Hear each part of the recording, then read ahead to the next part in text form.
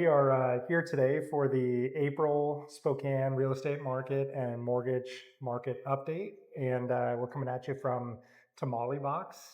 I had the chicken chili rojo with some As would I. horchata. I like. I think it's pretty good. It's my first time here. I think it was my first time having a tamale, actually. I don't think I've had small either. Very good.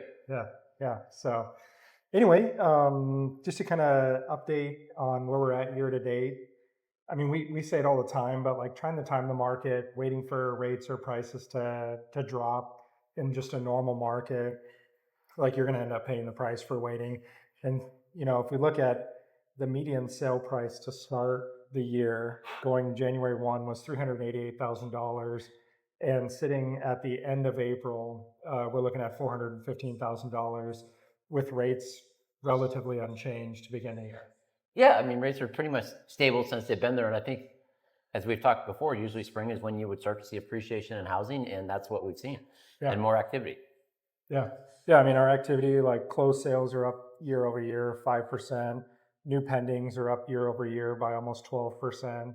So, I mean, like the activity in the market has not slowed despite all of the noise that you have around you, oil prices going up, things along those lines. Yeah, I mean, I think we talked a little bit last time. I mean, the big thing that's affecting rates right now is the conflict in the Middle East and oil prices. However, that being said, mortgage rates have been very resilient over the last 8 weeks during this conflict. So there was a spike initially, but they've pretty much leveled out for now. And it has made homes a little bit more affordable than even they were a year ago. But the downside of waiting is the prices are going up. Yeah. So I guess like if I were a consumer, and the thing that I would ask you, and I'm curious, is like oil sitting up over $100 a barrel. Interest rates were at roughly 6.5, kind of in the same range of where they're at right now prior to oil spiking. So when oil comes down, do you expect rates to come down too?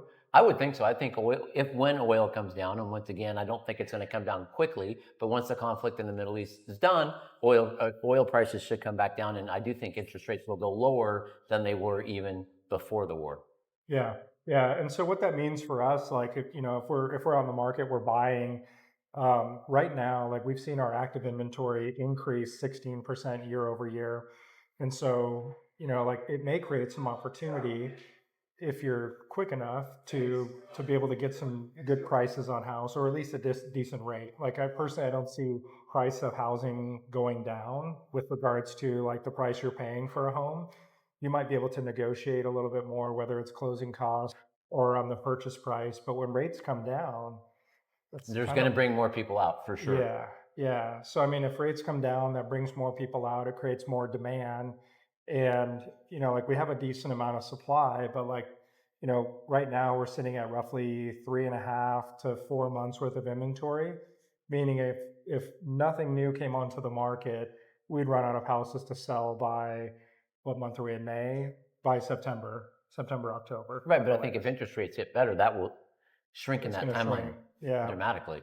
Yeah, what I'm seeing right now, like working with buyers to start there, is it's really property dependent. It's a market of strategy, and so our initial conversation is, depending on how long the house has been on the market, there's more room to negotiate. Potentially with price reductions, closing costs, things along those lines. However, like there are the handful of homes that come onto the market, and like forget what I said about strategy. Like you really got to have conversation with the other agent. How many offers, what's the interest like, and put your offer together based on that, not just the fact that in general, like we're in a balanced market, you can ask for the moon and get it, because that's not true with every single house. Well, it seems to me too, at least over this spring, it seems like once one person starts looking for homes, a whole bunch of other people, because I've had multiple times where a house has been on the market for 80, 90 days, and then all of a sudden it's a multiple offer situation. So, just when you start to look, so is everybody else. It's a good to know that I'm not the bad luck charm. Yeah. Like, I had like a spell where it's like, we go see 3 or 4 houses. We like this one. Oh, they already have offers. We like this one. They have multiple offers too. Same thing. It's like, man, like, am I just a bad luck charm? But I think it's product of the market, product of the house. Eventually it's going to get on somebody's radar.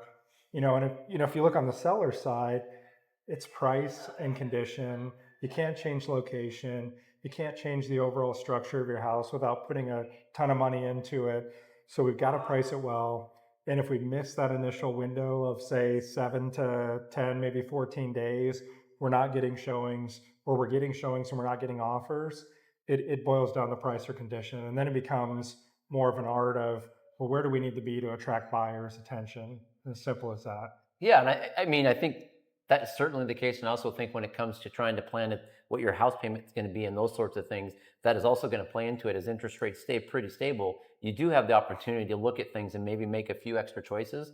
But those hot houses, the ones that are getting the offers in 7 days, you're probably going to have to move quicker than you would if you're, you know, finding a house that isn't priced probably correctly. Yeah. So are you seeing much on the mortgage side of like the trade out of a lower rate to meet life needs? Like is the lower interest rate, the 3-4% rate, still something that's We still have that conversation with people because they're like, "Though I don't want to give up my rate," but they want a new house, and it's really at the end of the day that those two things don't go hand in hand. I mean, at the end of the day, as you and I've often talked, it's an event that usually typically causes you to move. You're getting married, you're having children, you're downsizing, whatever that case may be, and the interest rate you have now, you can't change that. So if you need more bedrooms, or you want more land, or you want to move, that's what's going to happen, or that's what the decision that should be driving your decision. Same thing with renting too. I mean, if you're paying $1,500 a month and you have an event, marriage, child, whatever it may be, or you just want to control the home you live in, it's going to be more expensive. No matter what you do, unless you're going from a $2 million house down to something you're paying cash for, or it's significantly smaller, it's going to be more expensive. Like your lifestyle is going to change to some extent, and it's just a budgeting matter at that point. But that's always been the case, though. I mean, the reality is even back in the in the year 2000s when housing market was taking off, upgrades do cost more. I mean, like when I moved from my first house to my second house, my house payment went up $1,000 a month. Yeah. It wasn't the driving point. I was married, my wife was pregnant, we need a bigger house. Yeah, same for us. I mean, first house, like my mortgage payment, I think was $600. It was a 2 bed, 1 bath, Shadle Rancher. We lived in it for about a year or so, like after we had our daughter, and then we're like, nah, this isn't going to work long term. And so you go from like $500 or $600 a month to $1,600 a month, and that's a big jump.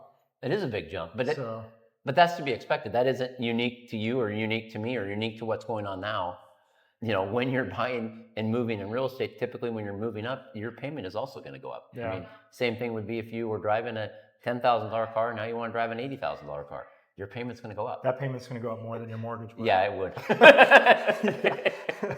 So anyway, if you want to talk strategy, whether you're buying or selling or in need of financing other people's money, we can be reached at 509-990-SOLD. And we can be reached at 509-747-1300. We'll see you guys next month at our next spot.